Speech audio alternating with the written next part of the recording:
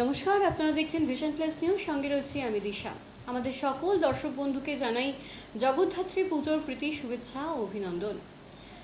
আজ অর্থাৎ জগদ্ধাত্রী পুজোর সপ্তমীতে ভদ্রেশ্বর হুগলিতে দেখতে পাওয়া গেল বিরোধী দলনেতা শুভেন্দু অধিকারীর উপস্থিতি। তিনি সেখানকার একটি পুজো মণ্ডপে জগদ্ধাত্রী পুজোর উদ্বোধন করলেন এবং আজ যেহেতু বাংলা সহ আরও মোট 12টি রাজ্যে এসআইআর শুরু হয়ে গিয়েছে, সেখানে কিন্তু উদ্বোধনের পর তিনি এসআইআর নিয়ে বিস্তারিত বক্তব্য রাখলেন সংবাদ মাধ্যমের সামনে। তিনি জানালেন, তৃণমূল কংগ্রেস অর্থাৎ শাসক দল যদিও চায়নি এসআইআর বাংলায় হোক, তা সত্ত্বেও কিন্তু এসআইআর হচ্ছে।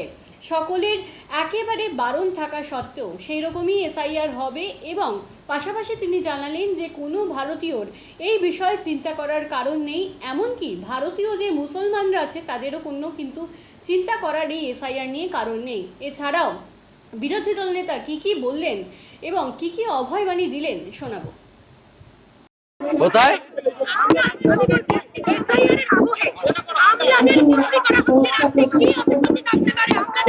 ওই আইপ্যাক ভাইপো আর ভাইপোর কিছু ক্লোজ আইএস অফিসার আছে, ওরা ক্যামাক স্ট্রিটে বসে লিস্ট বানিয়েছে। কোনো লাভ হবে না। নজরদারি কঠিন থাকবে, ইলেকশন কমিশনেরও থাকবে, আমাদেরও থাকবে।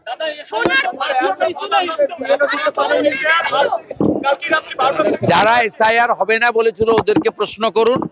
আমরা বলেছিলাম এসআইআর আগেও হয়েছে, এখনো হবে। এসআইআর হচ্ছে ত্রুটিমুক্ত ভোটার তালিকা। অনুপ্রবেশকারীদের নাম ভোটার তালিকায় থাকবে না। যারা ভারতীয় নয় তারা কেন ভারতে ভোট দেবে?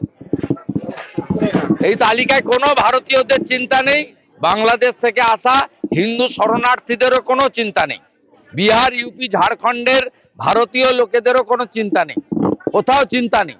কোনো ভারতীয়দের এতটুকু চিন্তা নেই, সে যে দল করুন না কেন। এমনকি ভারতীয় মুসলমানদেরও কোনো চিন্তা নেই।